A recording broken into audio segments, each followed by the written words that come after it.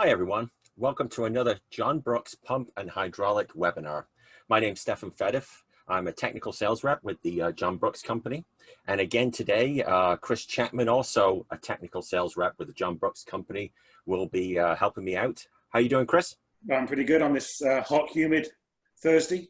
Yes, here you got a special guest with you. I do actually. My father's joined me today, so we've got a special guest in my office watching the webinar. Hopefully he'll learn something, Steph. Yes, every time. So this webinar, we always say it will be about 40 minutes long, and we usually go a little bit over, unfortunately. So hopefully there's enough time for questions at the end. But if you do have any questions as you go, your microphone is muted. So please put them in the Q&A area, and Chris will be monitoring that, if you don't mind, Chris. And maybe you can come in every so often with questions that are relevant to what we're speaking about. Absolutely. Okay. So, pumping downhill. Again, Stefan Fediw, that's me, and Chris Chapman, that's him. Who is John Brooks? We were established in 1938.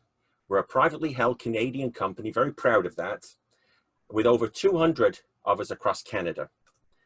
And we're a full-service national supplier of pumps, filtration, spray nozzles, custom skid packages, specialized valves, and pressure vessels. And if you ever want to view any of the webinars in the past or in the future, just go to the YouTube site, John Brooks Company, and you will find our webinars all there, all the ones that are fit to publish anyway. And if you have ever any questions, please email me at sfediw@johnbrooks.ca. Great. So today we're going to cover a few things first, some history about Roman aqueducts. We'll keep it nice and light. Then we're going to talk about the energy equation, really important. We've got to go through a little bit of pain in order to get the reward at the end, and some really important tools that we can use. And then mechanics of a siphon. And finally, long piping systems. So, and then at the very end, problems, how we can use all this to actually solve problems, hydraulic problems for us in the future. So we must first, we must first understand how to use PowerPoint. No, we must first understand the concept of pumping downhill. In order to understand this, we must first take away the pump and just understand the natural dynamics that take place as liquid flows downhill without a pump. We've got to get rid of the pump before we can really understand what's going on with the pump. So let's first talk about the Romans. So the Romans built big cities, as we all know, and they're pretty smart people, but they ran into a problem. After a few 100,000 people, they started to need water sources, clean water sources. So they looked around, and usually the water sources were many miles away in the mountains. So what they had to do is get that water to the cities. So what they did was they built these large aqueducts, which essentially is a raised culvert that allows open channel flow from the mountain reservoir over all the countryside into the city. Now, these were engineering feats, and they still exist today. There's several. There's one in Turkey, just outside of Istanbul, very large, 100 miles or so, very, very long. The key to this, and the Romans were really good, they really didn't understand hydraulics. They didn't have to. They're about 1,500 years, a little too early for that, but they knew about building things. And the key to an aqueduct is the slope. It's roughly 1 in 1,000. So the downward slope from the lake in the mountains would have to be at a grade of 1 meter, let's say, for every kilometer. And it'd have to be pretty accurate, because if you start to go a little too steep or a little too shallow, you're going to start to not get the flows that you require. Here's just a little model of a aqueduct, a portion of it anyway. And essentially the flow would occur on the top side. It would be open channel flow, but in many locations, these were underground in piping systems, but many times it was still open channel flow. So here's the problem that the Romans had. Lake on the left. We've got some mountains and some geography in between before we get to the city in the right.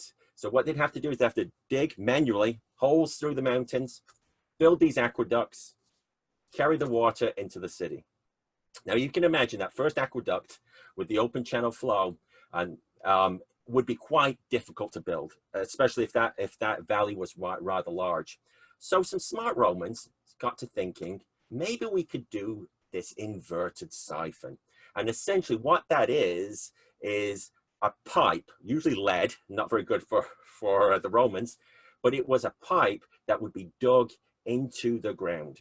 And they found out that this was a little bit easier in some cases to build as opposed to the aqueduct. And the good thing about a pipe is pipes allow fluid to be pressurized. Open channel flow, the ones like a river on the top of an aqueduct, there's no pressurization of that fluid. The fluid surface is at the pressure of the atmosphere. With pipes, we've got something different going on now, and we can do something real special in this case, which is called an inverse siphon. So let's assume that the Romans have built this, okay, and they've blocked it off one end. Let's first of all go back to a piece of pipe. If I have a piece of pipe and I push flow through one side, obviously flow is going to come out the other side. If I now magnify a center section of that pipe and look at the cross-sectional view, and I put in what's called a piezometer, fancy name for something very simple. All it is a glass pipe or a see-through pipe that is just drilled into the surface of the pipe wall, just so it enters in and is access to the liquid inside. So it's a hollow pipe. Essentially, when this fluid is flowing, the liquid will rise inside this piezometer to a height of the same pressure. It will correspond to the pressure inside of that pipe, or the fluid pressure inside that pipe. It's kind of nice to know. Nowadays, we can use gauges for this, but this is a true way of measuring pressure or head inside of a pipe. There's another type of device, and it's called a pitot tube. And this pitot tube is a little bit different. It comes in just like the piezometer, but this time it bends and it goes into the center of the flow. And what this measures is, like before, like the piezometer, it measures the height of the corresponding fluid, the pressure of the fluid, but it also measures something else called velocity head, which is essentially the pressure that the velocity is consuming, or the energy that the velocity is consuming. So if there's zero velocity, then there's zero velocity head. Okay, so we're not going to use the pitot tube today. All we're going to use is the piezometer. So the piezometer values are just going to tell us the pressure inside of that pipe. It's going to be like a gauge.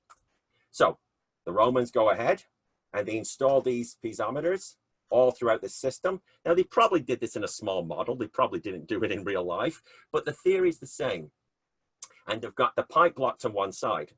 Now, if you vented these piezometers, do you not agree, Chris, you can chime in if you don't agree, or your dad can, that the level in these piezometers should come up to the level in the lake? Obviously, water always finds its own level, as they like to say. Do you agree with that, Chris? Yes, we agree.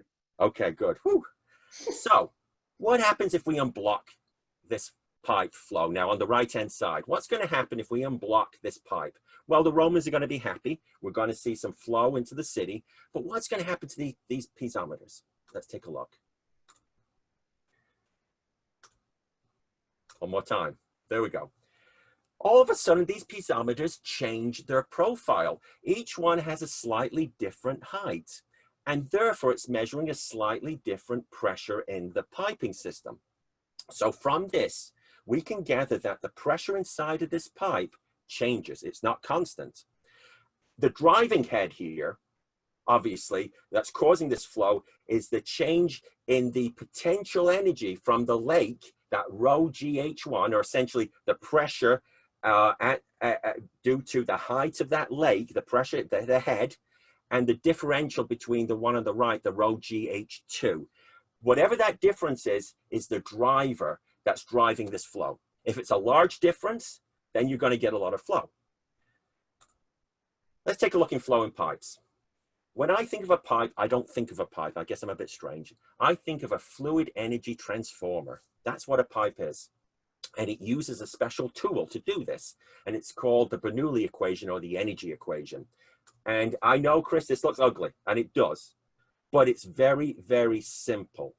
Very simple, the Bernoulli equation, if you break it down. And we have to go through a little bit of pain in order to get the benefit out of this analysis, because it's going to be quite powerful in the end. Here is pressure, pressure, pressure. 3 pressure terms. Sometimes they're in head. In this case, in the units, they're in pressure. We'll interchange head and pressure. We have a pipe here flowing from left to right. At point 1, which corresponds to the ones, the subscripts here. At point 1, there's a certain pressure. Right there. That, remember, is what the piezometer is going to show us. That's the pressure. Then there's a certain amount of pressure or head due to the moving of the fluid, the velocity head.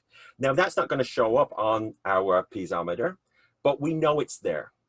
And then finally, there's this potential energy or potential pressure that is how high above a certain datum, it doesn't matter where it is, as long as it's constant for the whole piping system, is point 1. Obviously, if point 1 is at Mount Everest, it has a lot of potential energy compared to at sea level. So it makes a difference where this datum, not where the datum is, but where your point is above the datum. Let's go to point 2. Downstream now, we've got point 2. And the pressure at 2 is again what that piezometer is going to read, or a pressure gauge. The velocity head is the velocity head. And if this piping system was of a common diameter, if this diameter of this pipe did not change, then the velocity wouldn't change. And therefore, the velocity head in location 1 and location 2, or the velocity pressure, would be the same. And finally, the datum. Obviously, the datum's changed here a little bit. We've kind of moved downhill, okay? And the friction is the difference between the 2 points. Essentially, what have we burnt up from point 1 to point 2? That's going to be the friction. So what's on the left has to equal what's on the right. As you know, energy cannot be created or destroyed. This is the energy balance. That's why it's sometimes known as the energy equation. So let's go back to the Romans. We've almost left the Romans.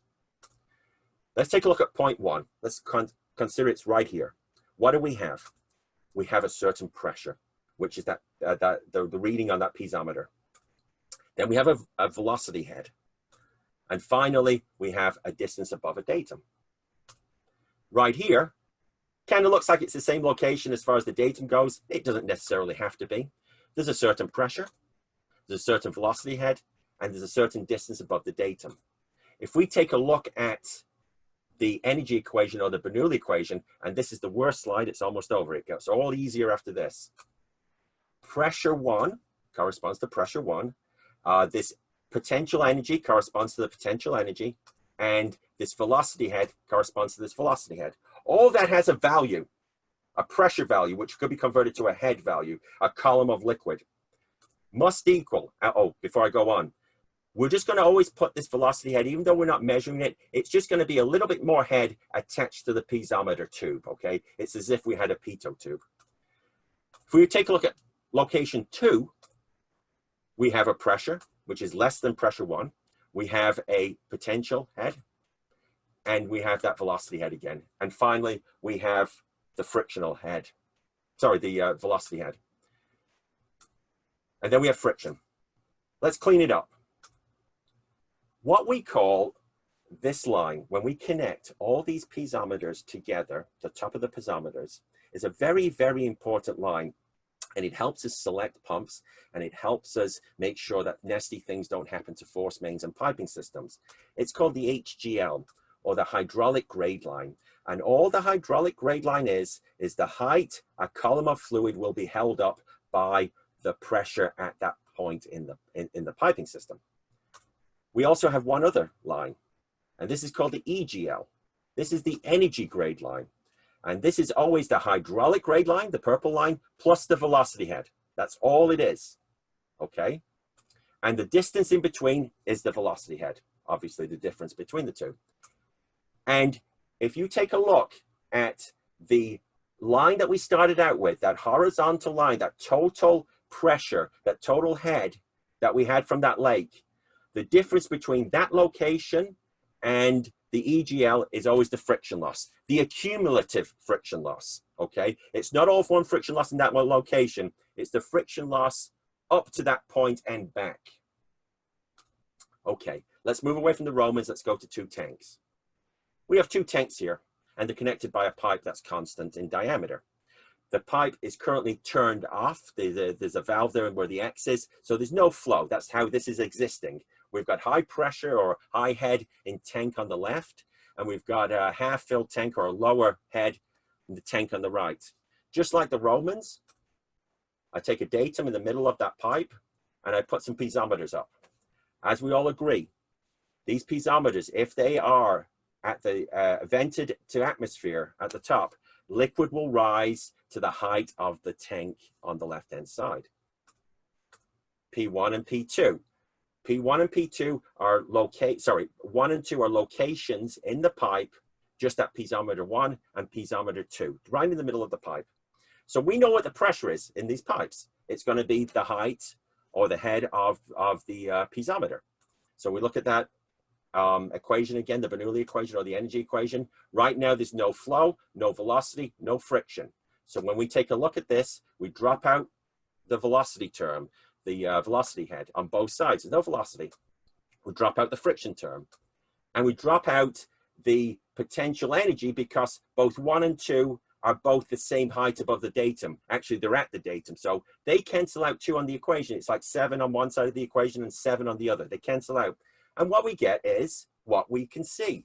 Pressure 1, or the piezometer at 1, is equal to the height of the piezometer at 2, or the pressure at 2. So the equation is telling us that our assumption in this drawing is correct.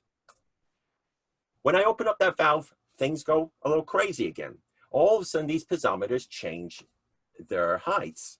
And let's analyze that. As we know now, the hydraulic grade line is the connection between all the tops of these piezometers. It's showing us what the pressure is at any point in that pipe. And if we can imagine now, because we're not using a pitot tube, we can imagine on top of that, there's a little bit more energy, that velocity head. And usually velocity head's pretty small, usually. If you think about a flow of 2 meters per second, okay, and you know, gravity is what, 9.8 meters per second squared. If I take 2 meters per second and square it, I get 4. And I go 2 times 10, which is approximately 2 times gravity, I get 4 divided by 20, which is like 0.2 of a meter. It's usually quite small. It can be significant, but it's usually quite small. So a little bit insignificant many times. This is the energy grade line. And again, this is the friction. Okay. Basic stuff, just like the Romans. Now what happens here? The pipe still keeps the same diameter, but the pipe is no longer horizontal. It's a little bit strange, actually. We're still going to keep pipe location 1 under piezometer 1. We're going to take location 2 under the last piezometer, and we've got the valve shut off. So all these piezometers have raised to the height of the tank on the left. No friction, no velocity, no flow, just as before. But something is a little strange. We can no longer say that the potential energy at 1 is equal to the potential energy at 2, that rho GH, because they're both different heights above the datum. But we said that P1, just right up here, pressure at 1 has to equal, added to its potential, it has to equal pressure at 2 plus its potential. And it does actually, because pressure at 1 is this whole column, that whole height. There is no potential energy because the datum goes right through location 1. And here, pressure 2 is this height. And if I add the potential from the datum up to that point, they both balance. The height all of a sudden, or the pressure total, equals. And that's a good thing. Bernoulli, again, comes out on top. So let's open up that valve and see what happens. As we open up that valve, again, we get that hydraulic grade line that's being driven by the differential in the tank levels. Hydraulic grade line. And we got the velocity heads, which gives us then the energy grade line. And finally, the accumulative friction losses. Everything's working out so far. We've got a driving potential. Now, just to make sure, if we let this drive for a long time, what's going to happen is these levels are going to, tank levels are going to even out, and we're going to lose that driving potential. Our velocity head will go to 0, our friction will go to 0, and our hydraulic grade line will be horizontal. There is no more driving force. There's no differential anymore. So in all these cases, we've assumed the velocity was constant because we kept a constant pipe diameter, And we assumed that the roughness was always constant as well. There wasn't rougher parts of the pipe. Let's now talk about the siphon. This could be you, Chris, I'm not sure. You know, when gasoline prices get a little expensive. I'm out there on the road in my gas tank siphoning gas for sure. I've blurred it so, you know, the innocent are protected here. This is where the fun starts, and now we see the reason why we've been talking about this hydraulic grade line. Here is a siphon that's about to be set up. There's a no flow situation right now, and the end of this pipe is open to atmosphere, okay? And over here, our hydraulic grade line is the same as our red line in the Roman case, which is essentially the level in the tank or in the lake, and it goes all the way across.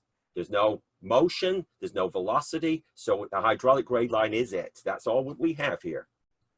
If you take a look at that first piezometer, it's kind of short, or the column of fluid is kind of short in it, because it's got its rho GH above its datum, which is just arbitrary. We let it run through the end of the free open pipe, and we've got a certain amount of pressure which corresponds to the height of the tank. Now, if we take a look at that second point, just as the HGL, the hydraulic grade line, crosses the pipe, we will find out that all the energy that sits there is really only potential, because the pressure at that point is zero. As you can see, it's just open to atmosphere, essentially. We don't have any pressure, and the only way that we can equate P1 and rho GH1 is if P2 is equal to 0. So what we're going to do now is we're going to force some flow over the hump, either sucking on one end or getting a pump to push some flow down the pipe. And let's see what happens. This is the interesting stuff. We have now created a siphon. We all have ideas about siphons, but let's just let the mathematics and the HGLs and EGLs tell us what's going on. We've got flow out the end. Good. Let's take a look at that first piezometer. We know that the energy up to that point, right up to that, underneath that first piezometer in that pipe, the potential energy is rho GH1. Now, all of a sudden, there will be some reduction in the pressure at that point. And Chris, do you remember why this reduction? I'm putting you on the spot. Why is there reduction at that point? Because we have a velocity head in there. You got it. Orange, we got velocity head. I was nervous then. I know, I didn't want to drop you in it. I was, you know, your dad's your back up there, so, you know. So everything, that dropped a little bit. Now, remember what our hydraulic grade line, what we can do. We can draw a line. If we've got, we know that this pipe is consistent in diameter, so the velocity stayed the same. And we know all throughout, and we know that the pipe is made up of the same material, so therefore the roughness has stayed the same. So we know that the hydraulic grade line will be a straight line, no curves or anything weird. And it will go, if I plot it right to the very end, it will go as a straight line right to the very end of this pipe. Because at the end of that pipe, on that piezometer, right as that liquid exits that pipe, that liquid is at atmospheric pressure. It has to be, or it'd explode. Okay, it's at atmospheric pressure. It's got some velocity head. It's got some velocity, but it's at atmospheric pressure. And this is the trick. Right here, what do you think the piezometer should be reading? Well, I'm not seeing anything on that piezometer above that point. Let's analyze that. Remember, the hydraulic grade line is the pressure at that point, and then the rho GH. So let's take a look what the rho GH is. What is the potential at that point? Well, it's the distance from the datum up to that point. Okay, but now I have to somehow, that point's HGL has to sit on that purple line. It has to be below.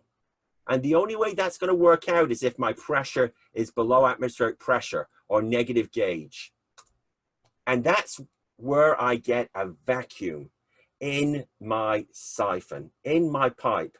And actually, anywhere above any part of the any part of the pipe that is above the HGL, the hydraulic grade line, will have a vacuum in there, or a value, a pressure value that's below atmospheric pressure, a gauge value of 0, okay? Or negative. It's going to be something less than 0. That's where we start to get into trouble. As designers, as maintenance people, if we start to see and can visualize, maybe we're not going to do all the calculations, but we can all visualize a tank and draw a straight line to the end of where that tank empties through a pipe. And then we can all of a sudden look at it and go, there's going to be a vacuum pulled anywhere above that straight line. As long as the velocity is always the same in that pipe, and as long as that pipe's roughness is approximately the same. If it isn't, then it may not be a straight line. But that's real world stuff. And I think a lot of people out there probably knew this, but it's always nice to be able to actually put some numbers to it and actually understand it. You may have to watch this a couple of times. I do get it because it can be confusing. Just one more thing, and then we're going to jump to the experiment, and that's the fun part. Just as an aside, total aside, when we have a pump in a system, we have a hydraulic grade line leading to that pump. It's showing our friction losses. It's showing the energy the pressure inside that pipe that leads to the pump. The pump, what it does is it boosts the HGL or the energy grade line or the hydraulic grade line. It boosts both, and then that energy, that hydraulic grade line will then taper off again if the pipe diameter is the same and the velocity is the same. Just an aside. So let's talk about now the fun part. We spoke about all that just to get to this one nugget. Hopefully it was worth it. Chris and I traveled around the country. I don't know, Chris, maybe half a decade, maybe a little bit more, with this contraption here. And it used to be the best part of our hydraulic show. And obviously we can't do that right now, but I think we've done the next best thing, Chris. We have now created a computer graphic or a computer program that's going to model this system that we used to cart around with us. Essentially what we have here is a pump in the purple. It's on a suction lift. It makes no difference. Then we have a vertical pipe that comes out of that pump, and all that vertical pipe again is that piezometer. It's going to measure pressure. I like to use a pipe instead of a gauge because a pipe shows me the components where those pressure values are coming from, where those heads are coming from. And then I've got an undulating pipe in that goldy brown color. So first system is going to be the siphon. Let me just run this. So as you can see, we've got some glass piping. We've got a siphon set up here. Why is it a siphon? Well, we seem to be kind of a partial siphon anyway. We seem to be pumping downhill at the end. Let's analyze that. Right here, we have the pump, and it's developing a certain amount of head. Okay, like the piezometer is going to show us. It's not going to show us velocity head, but it's going to show us static head and friction head. And here is the system that we're pumping through. And it falls off right at this point. This is where it free discharges to. So remember that vertical piezometer is just like a pressure gauge. So free discharge, what's happening? Well, where am I getting that total dynamic head from? Let's try and figure it out. What's the static here? Chris, what do you think? What do you think the static is here? What do you think the static head is here? The highest point in the piping system. That would be a good question. That would be a good answer. But as you know, you've done this many times, it's kind of wrong because it's where the system discharges from a full piping point of view, because we've got a siphon going on here, right? So thank you for leading me down that path, because when we talk to the people, this is what they say. Hey, that static has got to be to the highest point. Not necessarily. And we'll go through this. The rest of that total dynamic head that's being developed by the pump is coming from the system friction, which is everything. That pump is responsible for all the friction losses throughout that system. So what's going on here? Well, how do we know the mechanics here? How do we know what part of this piping system's in vacuum, and can we avoid this? Because this is not a good idea. This is what's called a transient situation. When this pump turns off, all the liquid's going to drain from that last leg, okay, and we're going to lose the siphon. And when the pump starts up again, it won't be pumping against the siphon. The siphon won't be achieved until maybe a few minutes down the line, and therefore this pump doesn't know what to do. It'll be pumping against a different head. So let's first of all analyze what the system looks like internally from a pressure point of view. So let's bring out our old friend, the hydraulic grade line. What I've just done is I've drawn a line from the total head that's being developed by the pump, or the total head that the pump had to develop because there's a friction loss and the static head in the system at that flow. And I've drawn it back to the end of the pipe where the flow is free discharging, where there is zero pressure, or the hydraulic grade line is zero. And what have we said? Anywhere above that hydraulic grade line, there is some form of vacuum. It can vary. Obviously, the highest point is going to be where the highest vacuum is. And we can have some problems here. If your pipe cannot handle a vacuum, it's not rated for a vacuum, then we could collapse these pipes. And that has happened during pumping systems. If these siphons set up, we start having negative pressures inside the pipes, we can collapse these pipes. Another thing we can do is we can build up gases. Obviously, liquid has a lot of entrained gases, depending on what it is. If it's sewage, it's a lot. If it's fresh water, it still may have entrained gases. And when we put entrained gases under vacuums, those gases tend to come out of the liquid a little easier, okay? And where are they all going to settle? All those gases are going to collect up at the high points here. Now, if these vacuums are really severe, then we will boil this liquid at this room temperature. Okay, that's if it's really severe, and it'll only boil for a short period of time until those vapor bubbles form and start to pressurize the system. So this is a bad idea. And if any of you have worked with any long mains or even some small piping systems in factories, what you'll find out is there's these vacuum breakers and air release valves all over the place. And I should really put one right here. And what it is, it's a combination valve. And I've got a little video here. I did get it from YouTube, and it's very good. What it shows is two things. There are a smaller valve here, and this valve is attached to a float that floats up and down, obviously, with the level of the liquid. And it is attached, pushes on this plunger here. And in this current position, this plunger is forced straight up and is made a seal. So in this position, there's no air or water can leave or enter this system. Over here is a plunger system, a diaphragm, that is held in place by a spring, okay? And when the differential inside this pipe gets large, we get low pressure inside and high pressure outside, or atmospheric pressure. There's enough differential to overcome that spring pressure and open this valve, this diaphragm, and it's going to cancel out this vacuum. This will try for a while, but this is the one that really lets in the air. And this is all sized by people that do this all the time.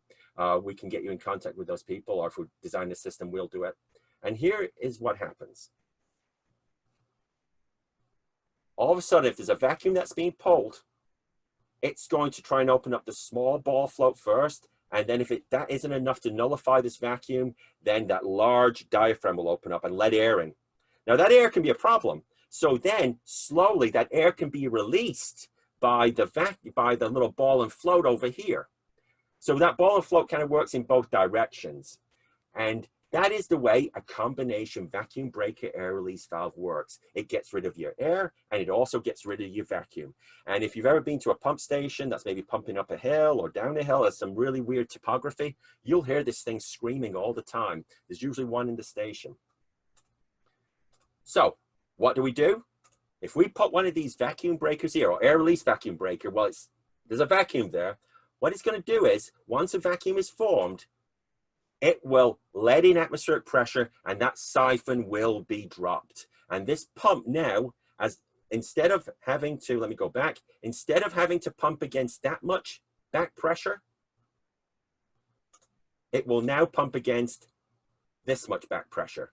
And you're saying out there, why would you want your pump to pump against more pressure? That siphon was helping us out, wasn't it? It was, but it was transient.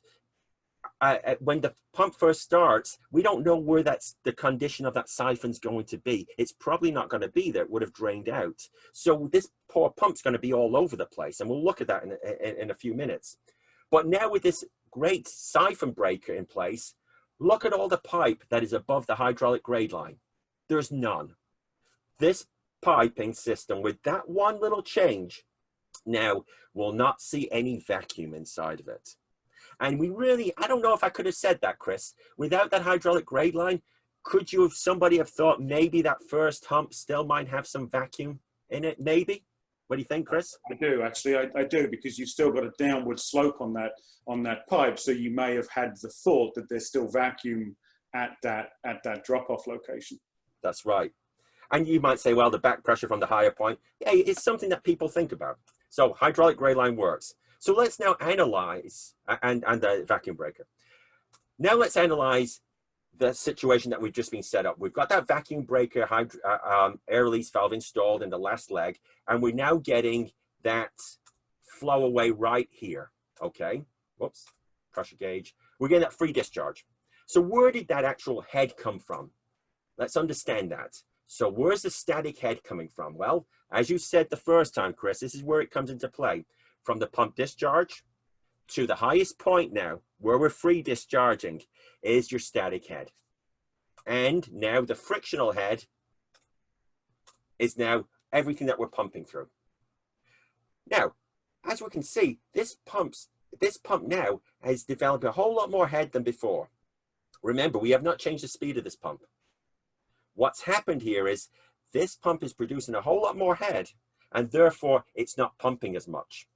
And the friction value has gone way down. In the first case, the friction value was much higher, even though the whole static had dropped down. So that friction value has come way down because we're pumping through less pipe. We're not pumping through that last little bit, but we're pumping less flow as well. And there's hydraulic grade line, our friend. What happens when we have air pockets? And air pockets happen when we're pumping gaseous fluid, sewage, fresh water. Gases occur. Many times they occur because maybe the system has sat for a few hours. And guess where gases tend to rise to? The highest point in the system. So what do we do if we've got gases in a system that we're not pumping enough flow to wash them out? So in this case, and Chris and I, we have done this many times. Just because this is a computer model doesn't mean we're lying to you. This is what actually happens. We have two locations where gases can accumulate. And they are right here, because we've got that vacuum breaker in place. We're letting in air all the time. And right here, there is a location. If we're not pumping fast enough, we won't wash that air through the system. 2 to 3 feet per second, that's kind of the realm, I believe. I never really trust any numbers like that, but that's what we're kind of possibly looking at. What is the system curve going to tell us? Well, straight away, Chris, I'm looking at that standpipe, and that standpipe looks a whole lot higher than it ever did before. Do you agree with me? I do, yes. I'm going to go back. Remember, I'm just going to go back a couple of slides. If I take a look here with no air in the system, I'm going to draw a line straight across that standpipe, that total head being developed by the pump, friction and static head, is a little bit higher than the highest point here. Now, all of a sudden, this was the old location. I've all of a sudden picked up a lot more head. Is it friction? Is it static? I don't know. Let's analyze this. Where is the static that the pump is pumping against? If you're in the audience, we would ask you guys to take a tape measure and measure this for us. I'm telling you that's where the static is. It's to that first high point. That's my understanding, and that's what I'm going to go with. Tell me if I'm wrong. So where else is this head coming from? Well, if we take a look right here, we have a U right here, fluid. And this fluid goes all the way up to this point here. How the heck can this fluid exist in this state? Shouldn't this fluid rise up this system up here so these two levels are the same? Remember the Roman case. Why is this so low and this so high up here? Why is there an imbalance? I thought fluid was supposed to find its own level. And the problem is air is compressible. What we're seeing here is we're seeing this downward pressure head, just like before. It's like a piezometer here. And we're not seeing any fluid on this side to equal it out, this U. So what must be happening? That air is being compressed. It must be pushing back in order to keep that U stable. And if it's pushing back here, it's pushing back on the whole system right at this point.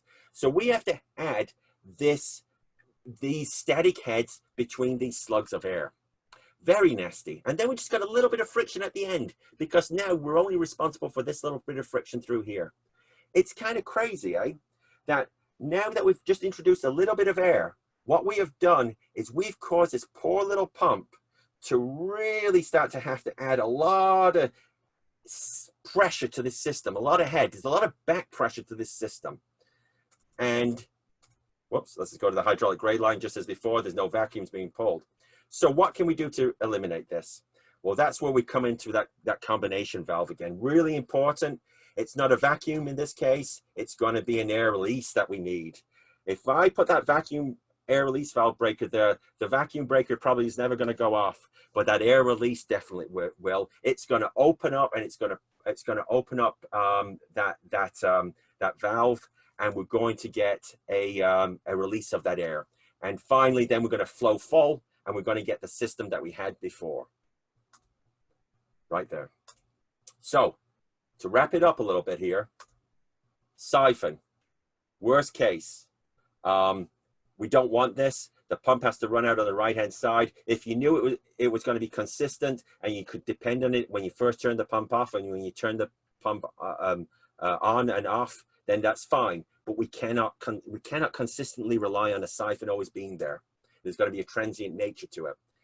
Then there's the case that we want. This is a consistent case that is manageable. It's not transient. It's going to be there from day one to day final. When you turn the pump on, it's always going to be in that situation. That's great. And then finally, when we let air in play, it does all sorts of things, and it could potentially drive this pump to what's called shut off. And then we get all nasty things like discharge cavitation. Air entrainment is killer. Siphons are killers. That's the reason why what we do is, or what consultants do all over the world, is they make sure these siphon breakers and these air release valves are in the system. Any questions at that point, Chris? You've either engrossed everybody for the full 43 minutes, but there are no questions, Steph. This is the first one in 6. There are no questions. No questions. Okay, well, yeah. It must be the heat. It must be the heat. What we're going to do is, because we're only kind of short on time, I'm going to, well, you know what? I'm going to push through to this final part here. I will. It's another 5 minutes. Hey, if they push through this far, they're going to. It was another 5 minutes. Well, we have a question. I must have sparked interest. I have a question. Or sympathy. Yes. Is there an equation to determine when water will transition from pressurized to gravity flow downhill? Wow. Well, I think we're about to just go get into that. Okay, cool. Did someone just make that up? Did someone just do that for me? I didn't make that up. We have a good question. It's called flow away, and it's a very good question, and let's do it. Okay. Let's say we've got a force main. Again, we're talking force mains here. This could be just in your little piping system in your factory, in your facility. The same application exists. So if we pull back this layer of dirt, we're going to find a pipe underneath it. They're all over the place. Then what we're going to do to analyze this a little better, we're going to stretch that Z-axis up so we can really take a look at it. I'm going to overemphasize it. On this side is the pump. On the other side is where we need the flow to go. So let's take a look at that system. At day 0, when we first commissioned this, we're going to have a pump curve. At day 0, that pipe is empty. When we start the pump, if somebody isn't throttling the discharge valve, what's going to happen? Well, this pump is going to pump against very little head. It's pumping against an open system. It's like free discharging. It's having a heyday. There's very little head. As we start to fill up this system, we're going to gain static head that's going to push against this pump, and we're going to gain some friction. So we're going to run up this curve. This is where the question may be answered in a few slides. What is going to happen at this point? Are we going to flow down and not be responsible for the rest of the flow, or the pump won't be responsible for it, or are we going to fill up this system? And this comes down to what's called taken away by gravity or flow away, gravity flow. And if gravity flow takes more flow away than the pump delivers, then the downhill will never fill up. So if I've got a massive big pipe and it's at a really steep angle, and I've got a little pump that's trying to fill up this pipe, it's never going to do it. Conversely, if I've got a small pipe, kind of horizontal, pretty big pump, I'm going to fill up that pipe because the gravity flow is going to be small. And I could throw in the equation here. There's several equations for this. I didn't bother. Essentially, that gravity flow depends on a few things: the slope of the pipe, the downward slope, the diameter of the pipe, the roughness of the pipe, and the viscosity of the fluid. Usually water is the one that's built into this, so you don't really see it, but usually a lot of these equations are built for water-like liquids. So if we do that calculation with that slope, what we're going to get is a flow away value. And let's say that flow away value is less than what the pump is pumping. Then the pipe will fill. I don't know how long it's going to take. We could do that calculation if we knew the pipe, but that pipe will eventually fill. The pumping cycle may not be long enough to fill. Maybe this pump in this situation would take 2 hours to fill that pipe, but the pumping cycle is that pump only runs for 10 minutes. Then it's not going to fill, but it has the potential to fill. And then there's the other option where, hey, this pipe is going to, the flow away is so great that this pump will never be able to fill this pipe, okay? So let's take a look at that case. If we have a glass tube, again, we remember what that measures, the piezometer, it measures the total head. So if this pipe does not fill, then the total head is going to be the total static at the high point there, that's free discharge, and we're going to get a little bit of friction. Whatever that is, we don't know, but that's where the pump, this is all calculable. We can do this. We can calculate this and select a pump.